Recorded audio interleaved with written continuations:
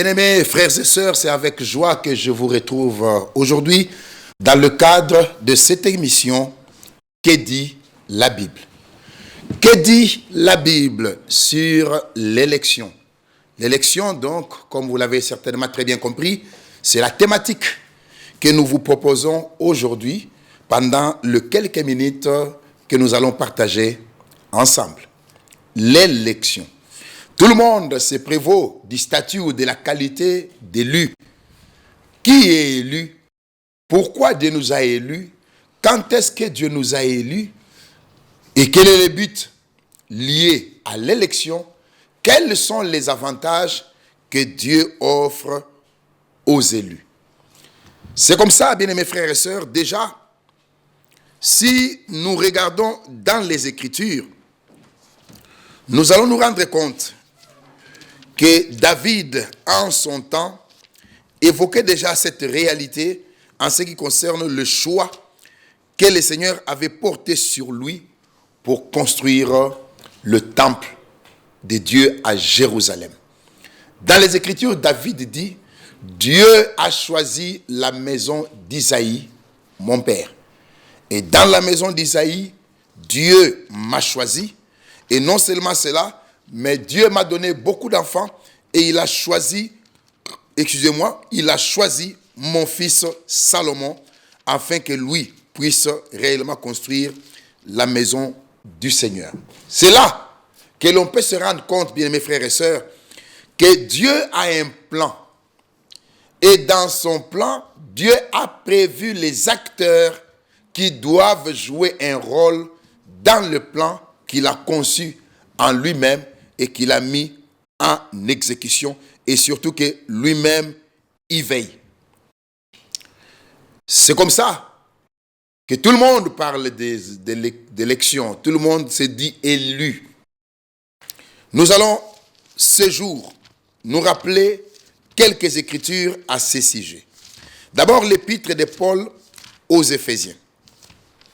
Dans l'épître de Paul aux Éphésiens, l'Écriture dit ceci, chapitre 1er déjà. Éphésiens au chapitre 1er, verset 1er, Paul, l'apôtre de Jésus-Christ, par la volonté de Dieu, et s'adresse aux frères qui sont à Éphèse et aux fidèles en Jésus-Christ. Que la grâce et la paix vous soient données de la part de Dieu notre Père et du Seigneur Jésus-Christ. Loué soit le Dieu et Père de notre Seigneur Jésus-Christ, qui nous a bénis de toute bénédiction spirituelle dans les lieux célestes en Christ. En lui, Christ donc, Dieu nous a élus avant la fondation du monde. Je m'arrête momentanément ici. Déjà, à partir de cette première partie du verset 4, nous trouvons la réponse à la question que l'on pourrait se poser. Quand est-ce que nous avons été élus? Quand est-ce que les élus l'ont été? L'élection a eu lieu, pas le jour de votre naissance, pas le jour où vous avez cru, mais Paul s'adresse à nous, à travers les Éphésiens, en disant que c'est bien avant la fondation du monde que Dieu nous a élus. C'est-à-dire que le chemin sur lequel nous devions marcher, Dieu les avait déjà tracés. Les réalités que nous devions vivre dans notre vie terrestre, Dieu les avait déjà prévues. Et le temps de rencontre entre nous et le Seigneur, il l'avait déjà bien planifié. C'est comme ça que Dieu s'organise toujours. Et retenez ceci, Dieu s'organise toujours pour que son chemin à lui, que dis-je, pour que le chemin de sa parole, le chemin de ses serviteurs croise celui des élus, afin que les élus aient la possibilité d'entendre la voix du Seigneur, de la reconnaître, d'ouvrir leur cœur, d'accepter la parole, de la croire, d'expérimenter Dieu et d'entamer leur marche avec le Seigneur jusqu'au retour du Seigneur, ces glorieux événements que nous attendons. Bien avant la fondation du monde, il y avait déjà un groupe qu'il avait connu, il y avait déjà un groupe qu'il avait choisi, il y avait déjà un groupe qu'il avait prévu d'envoyer sur la terre, chacun en sa génération, et il avait aussi prévu déjà comment ces personnes rencontreront la parole de la vérité et qui n'auront même pas de résistance à ces sujets. J'aime bien parler d'Abraham. Quand vous regardez dans l'histoire d'Abraham, il est écrit, tu descendis plutôt en Ur en Chaldée et tu choisis Abraham parce que tu trouvas son cœur fidèle. La question que l'on pourrait se poser, est-ce que Dieu était surpris de trouver que le cœur d'Abraham était fidèle? Assurément pas. Dieu, en créant Abraham, il lui avait déjà donné un cœur disposé à répondre à son appel le jour où Dieu viendra le visiter. Tout est prévu avant. Tout est prévu avant. C'est comme ça que vous avez vu, quand Dieu est descendu en Ur en Chaldée, lors de la première rencontre avec Abraham plutôt, il lui dit, sors de ton pays, de ta patrie, et va dans un pays que je te montrerai. Ne sachant où il allait, à cause du cœur fidèle que Dieu lui a donné, bien avant même qu'Abraham ne naisse, un cœur fidèle que Dieu avait prévu pour Abraham, l'Écriture dit, Abraham obéit et partit sans savoir où il allait. Puisque Dieu lui avait donné un cœur pour cela. Cette pensée, gardant les doigts dans Éphésiens, il est dans Hébreux au chapitre 11. Hébreux au chapitre 11, verset 8. C'est par la foi qu'Abraham, lors de sa vocation, obéit et partit pour un lieu qu'il devait recevoir en héritage et qu'il partit sans savoir où il allait. Il partit sans savoir où il allait. Et pourtant, celui qui lui a demandé de sortir, lui, il savait où il a mené Abraham. Mais Abraham partit sans savoir où il allait. Pourquoi a-t-il fait confiance comme ça dans le Seigneur alors qu'il ne s'était jamais rencontré? C'est puisque Dieu l'avait élu et avait prévu un cœur pour Abraham de réagir favorablement à son appel. Néhémie chapitre 9. Néhémie chapitre 9, verset 7 déjà. C'est toi, Seigneur Dieu, qui as choisi Abraham. Vous voyez le verbe. C'est toi qui as choisi Abraham. C'est toi qui as élu Abraham. Qui l'a fait sortir d'Ur en Chaldée et qui lui a donné le nom d'Abraham. Tu trouvas son cœur fidèle devant toi et tu fis alliance avec lui. Et quand vous voyez ce verset, c'est comme si, comme je l'ai dit tantôt, Dieu était surpris de voir la qualité du cœur d'Abraham. Non. En choisissant Abraham, dès avant la fondation du monde, Dieu avait prévu pour Abraham un cœur qui réagirait favorablement à son appel. Tu trouvas son cœur fidèle. Je dirais même mieux, tu lui attribuas, bien avant même qu'il ne soit né, un cœur fidèle. Éphésiens chapitre 1er, où nous étions, verset 4. En lui, Dieu nous a élus avant la fondation du monde pour que nous soyons saints et irréprochables devant lui. Ça, c'est aussi un élément important. Après que la première partie du verset ait parlé du moment où notre élection a eu lieu, la deuxième partie du verset présente les buts pour lesquels nous avons été élus. Une élection, donc, c'est les buts qui accordent la valeur à l'élection. Quel est le but? Pour que nous soyons saints et irréprochables devant lui. Ça, c'est capital. C'est le but qui donne la valeur à l'élection. C'est-à-dire que celui qui se dit élu doit réellement expérimenter la sainteté et devenir irréprochable devant Dieu. L'élection doit nous amener là. Et même l'apôtre Pierre en parle quelque part. Laissez-moi retrouver cela. Dans la première épître de Pierre, chapitre 1er, oui. Première épître de Pierre, chapitre 1er, verset 1er. Pierre, apôtre de Jésus-Christ, à ceux qui sont étrangers et dispersés dans les ponts, la Galatie, la Cappadoce, l'Asie et la Bithynie, et qui sont élus, alléluia, et qui sont élus selon la préscience de Dieu le Père, par la sanctification de l'Esprit, afin, c'est ça, l'élément majeur, c'est le but, afin qu'ils deviennent obéissants et qu'ils participent à l'aspersion du sang de Jésus-Christ. À eux, Pierre et même le moindre que je suis, nous disons que la grâce et la paix vous soient multipliées. C'est merveilleux. Il s'adresse à ceux qui sont élus selon la préscience de Dieu le Père. Par la sanctification de l'Esprit, souvenez-vous que c'est le but qui donne la valeur à l'élection. Et quel est le but? Afin qu'ils deviennent obéissants et qu'ils participent à l'aspersion du sang de Jésus-Christ. Que la grâce et la paix leur soient multipliées. Bien-aimés frères et sœurs, quand est-ce que cette élection est intervenue? Bien avant la fondation du monde.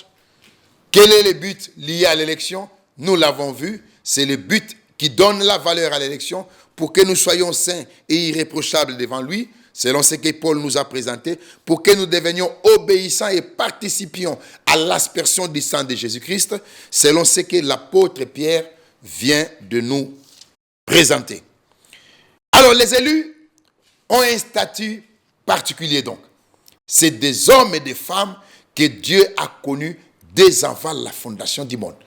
Et le Seigneur a un regard sur lui et leur position d'élus leur donne des avantages. Déjà, j'en épingle un ou deux. Matthieu chapitre 24. Matthieu chapitre 24. Regardez ici.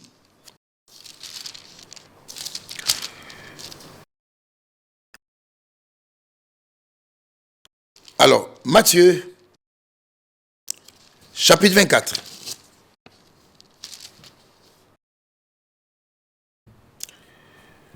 L'Écriture dit ceci, d'abord au verset 22. Celui, oh là là, où est-ce que je suis? Matthieu 24, verset 22. Et si ces jours n'étaient abrégés, personne ne serait sauvé. Mais à cause des élus, ces jours seront abrégés. Il y a des situations difficiles qui arriveront sur la terre. L'avenir de la terre n'est pas glorieux. Toutes les prophéties présentent les événements par lesquels la terre traversera ou passera. Mais bien mes frères et sœurs, quand il y a des élus sur la terre, Dieu a une manière de faire les choses. Avant que les très grandes catastrophes n'interviennent sur la terre, Dieu doit évacuer les élus qui représentent ses intérêts sur la terre. Si une guerre se présente aux portes de Kinshasa, les Américains et les Français viennent à Brazzaville et ils observent. S'ils sentent que ça va barder, ils les évacuent, les ressortissants, pour qu'ils soient sécurisés. Avant que ça ne barde sur la terre, l'enlèvement de l'épouse aura lieu et nous serons à l'abri dans la nouvelle Jérusalem, la Jérusalem céleste. Puisque l'Écriture dit, entre dans ta chambre, mon peuple, ferme la porte derrière toi jusqu'à ce que la colère soit passée.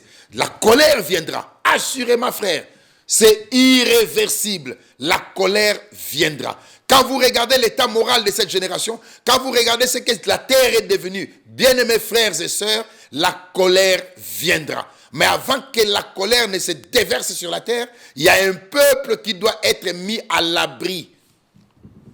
Le peuple racheté du Seigneur, comme je l'ai dit tantôt, de qui il est écrit, entre dans la chambre, mon peuple, ferme la porte derrière toi jusqu'à ce que la colère soit passée. Dans le même chapitre, verset 24, car il se lèvera de faux Christ et de faux prophètes. Ils feront des grands prodiges et des miracles au point de séduire, s'il était possible, même les élus. Frère, j'aime beaucoup ça. Nous ne pouvons pas empêcher aux faux prophètes de se manifester. Nous ne pouvons pas faire obstacle au faux Christ. Il constitue l'accomplissement des Écritures, des faux oints. Ils viendront, comme l'a annoncé Jésus, et séduiront beaucoup de gens par des grands prodiges et des miracles. Ça, c'est une réalité. Mais l'Écriture précise en disant, au point de séduire. Si on s'arrêtait là, ce serait une autre réalité. Mais le bout de phrase qui vient après est très important.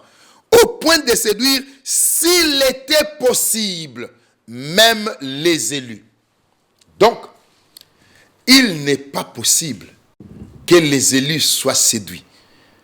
Que quelqu'un fasse tomber les gens. Que quelqu'un fasse des miracles, des choses. Bien mes frères et sœurs, pour qu'un élu soit séduit, ça ne sera pas possible.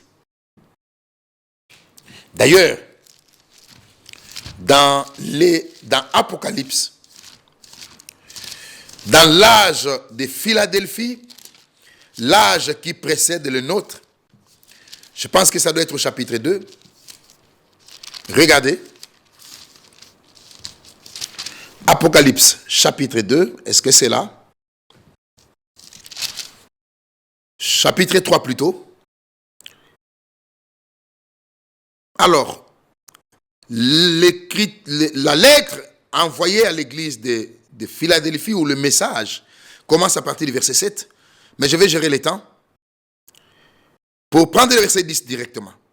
Parce que tu as gardé la parole de la persévérance en moi, je te garderai aussi à l'heure de la tentation qui va venir sur le monde entier pour éprouver les habitants de la terre. Nous sommes dans Philadelphie, l'âge qui précède le nôtre, Laodicée. Mais déjà ici, le Seigneur parle au futur en disant, je te garderai aussi à l'heure de la tentation qui viendra. C'est dans Laodicée que cette grande tentation est là. Pas la tentation par rapport aux petits péchés que les hommes commettent, mentir, tricher, tout ça. C'est à l'égard de l'Écriture, à l'égard de la parole de Dieu. La séduction est tellement forte. Mais Dieu garde les élus, Dieu garde son peuple, Dieu prend soin de ceux qui lui appartiennent. Alléluia. Ainsi, bien-aimés frères et sœurs, quand vous revenez avec moi dans Luc maintenant au chapitre 18, Luc au chapitre 18, le Seigneur parle de son retour quelque part là-bas. Alors, un autre avantage des élus, c'est que, verset 7, il est écrit au verset 7, et Dieu ne fera-t-il pas justice à ses élus qui crient à lui jour et nuit, et tardera-t-il à leur égard?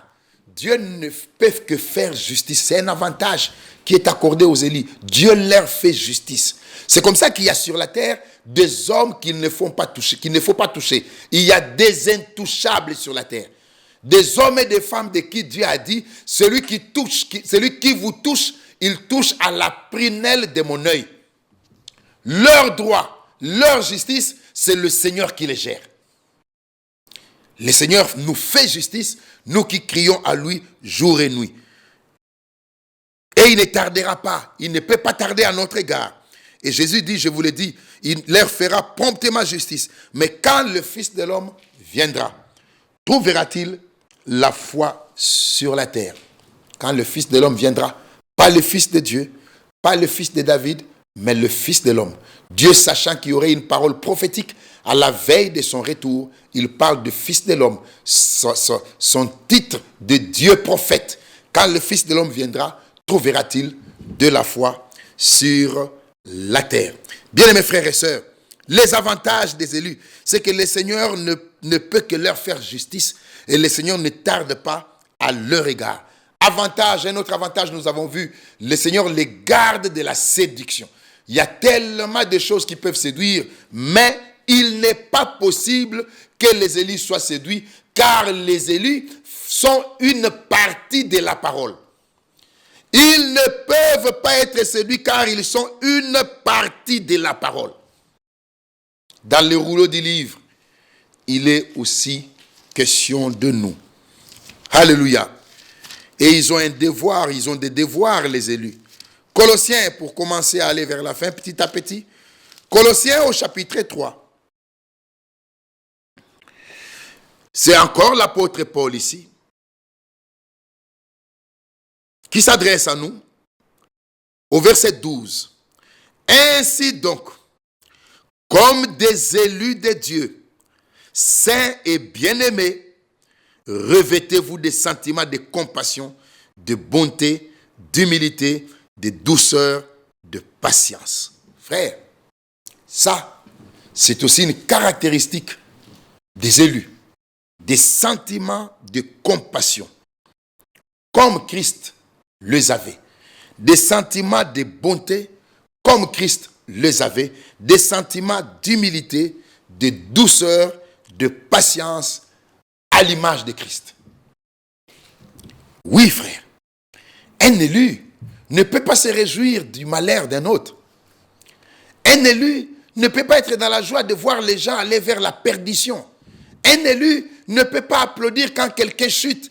Un élu a la nature de Dieu, doit avoir la nature de Dieu en lui. Paul parle de saints et bien-aimés, comme des élus de Dieu, saints et bien-aimés, revêtez-vous de sentiments de compassion, de bonté, d'humilité, de douceur, de patience. Verset 13. Supportez-vous les uns les autres. Frères, nous pouvons nous attarder longtemps sur ce bout de phrase. Si le Seigneur savait que tout devait marcher très bien, même entre les élus, le Seigneur n'allait pas le dire.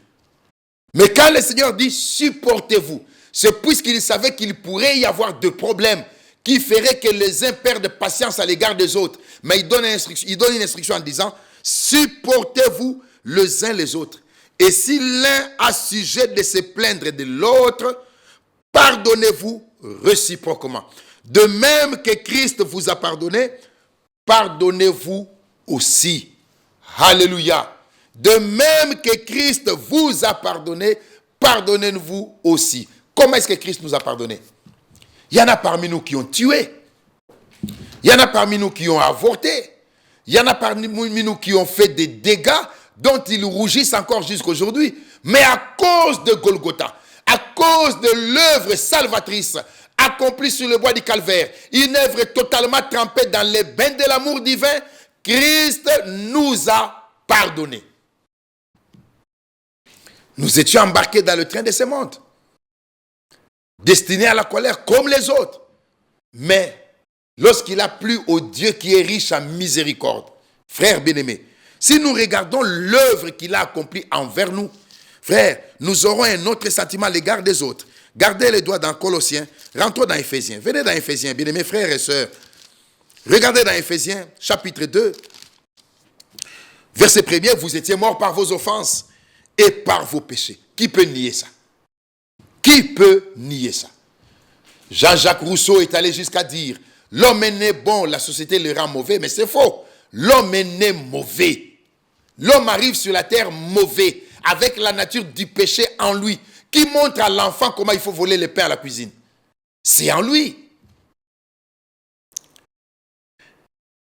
dans vos péchés, par vos péchés dans lesquels vous marchiez autrefois, selon le train de ce monde, selon les princes de la puissance de l'air, de l'esprit qui agit maintenant dans les fils de la rébellion. Nous tous aussi, même le plus pieux d'entre nous, nous tous aussi, nous étions de leur nombre. Nous vivions autrefois selon les convoitises de notre chair, accomplissant les volontés de la chair et de nos pensées, et nous étions par nature des enfants de colère comme les autres.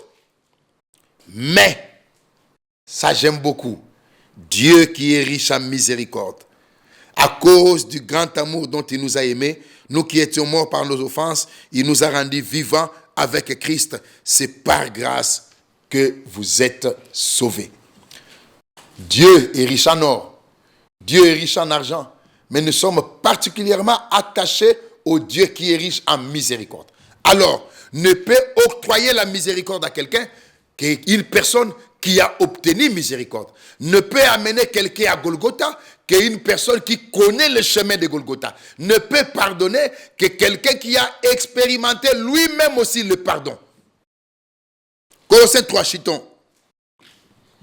Colossiens 3, supportez-vous les uns les autres, verset 13. Et si l'un a sujet de se plaindre de l'autre, pardonnez-vous réciproquement. De même que Christ vous a pardonné, pardonnez-vous aussi. Mais par-dessus toutes ces choses, revêtez-vous de l'amour qui est le lien de la perfection. Et que la paix de Christ, alléluia, que la paix de Christ, à laquelle vous êtes appelés pour former un seul corps, règne dans vos cœurs. J'ai dit amen à cela. Et l'apôtre termine en disant, et soyez reconnaissants. Les élus ont un statut particulier. L'élection a eu lieu bien avant la fondation du monde. L'élection est attachée à un but. Le but qui lui est attaché donne la valeur à l'élection. Il nous a élus pour que nous soyons saints et irréprochables devant lui. Pour que nous soyons saints et irréprochables devant lui, pour que nous puissions l'expérimenter, participer à l'aspersion du sang de Jésus-Christ, expérimenter la sanctification, bien-aimés frères et sœurs, et cette position que Dieu nous octroie, avant même que nous puissions prendre conscience de notre existence, cette position nous offre des garanties, elle nous offre des avantages, et Dieu nous préserve même de la séduction qui fait des dégâts sur la terre. Oui, Dieu connaît les élus, Dieu a un programme avec les élus, et Dieu s'organise toujours pour que le chemin de la vérité croise celui des élus, que le chemin de ses serviteurs croise celui des élus. Et quand un élu prend conscience de cela, alors il comprend réellement pourquoi il est sur la terre. C'est comme ça que j'ai toujours l'habitude de dire, il y a 2 jours importants pour un homme, lequel? Le jour de ta naissance, le jour de ma naissance, c'est le premier jour. Le deuxième jour, c'est lequel? Le jour où nous prenons conscience pourquoi nous sommes nés. C'est pour servir les seigneurs. Aux élus qui nous suivaient ces jours plus tôt, que les riches bénédictions de notre Dieu, c'est Dieu qui vous aime, que sa grâce et sa bonté demeurent sur chacun d'entre nous, au nom de notre Seigneur Jésus-Christ. Amen. Si Dieu nous est favorable, on se retrouve à la prochaine occasion. Shalom.